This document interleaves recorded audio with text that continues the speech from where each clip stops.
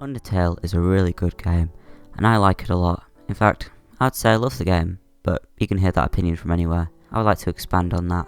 Just want to preface this video by saying there'll be spoilers for both the true pacifist run, the genocide run, and also replaying the game and how the dialogue changes. But, just for the sake of making this video a little lighter, I'm going to call the true pacifist run the good run, and the genocide run the bad run. I make videos for little babies. So for those who haven't played Undertale and don't care about spoilers, Undertale is an RPG that was made by a guy called Toby Fox, who originally made edgy, Earthbound mods, and then he made a Kickstarter for his own game in 2013 with the idea of a traditional turn-based RPG, but with the option to never hurt anyone. The game surpassed the Kickstarter goal and became an instant classic, and I want to talk about why. I have a lot to say, so I've decided I'll split this video up into parts. The idea of a traditional RPG in which you don't have to kill anyone is an inherently interesting concept. The way the game delivers this is to play through the act mechanic. Acting in Undertale is something to pacify opponents. See what I did there? And this creates a unique combat situation. It makes every enemy encounter a puzzle, which I think is really good, and also keeps the player on their toes, not making foes seem like an inconvenience, making them an actual challenge. As you can see on the combat screen, there is also a fight option, which puts you into a little mini game, so to attack someone. Like I said, you have the option to not hurt anyone. You also have the option to hurt anyone. Going back to the good run, I'm just gonna call it pacifist run and genocide run. The good and bad. Why am I calling it the good and bad? Why did I do that? Going back to the good run, you also have the mercy option, and with this you can pacify your opponents with your actions, as I said before. But when you've done that, the colour of their name changes, and then you can just press mercy.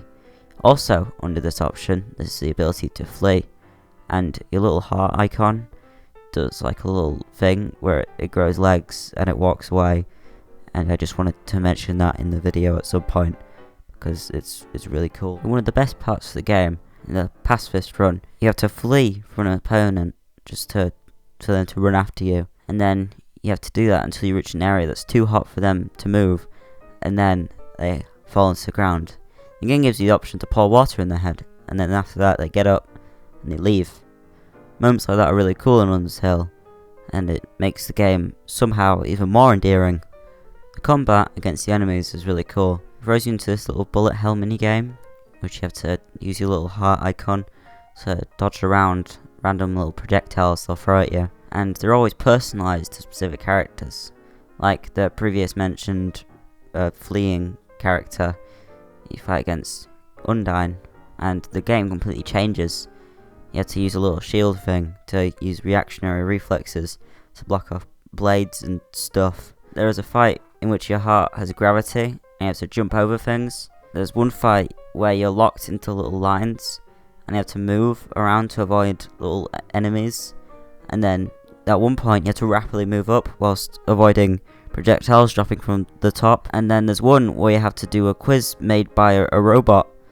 Speaking of characters, I decided to split up the writing parts because I wanted to discuss characters as well as other writing things. So yeah, as I said, fights are personalised to specific characters. Papyrus, for instance, doesn't really want to kill the player, so he just kind of like lets you down to 1 HP, and then he puts you in jail, of which you can easily get out. And then Undyne, the boss I already mentioned, is very arrogant about beating you, and then when she doesn't immediately sweep the floor with you, she gets increasingly more frantic and fast. And Megatongue is really cool and is the greatest thing to ever exist. There's also Sans, and in Genocide Run he's really mad at you, and he also has really good music. Speaking of music,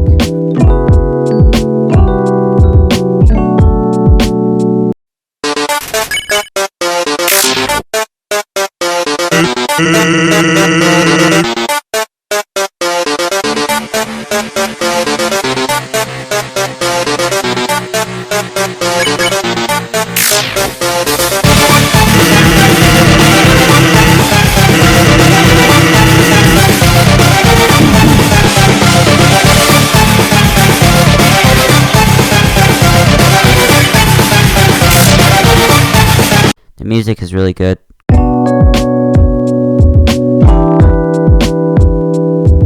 When talking about Undertale, you have to talk about the pacifist run and the genocide run, as it greatly affects the story.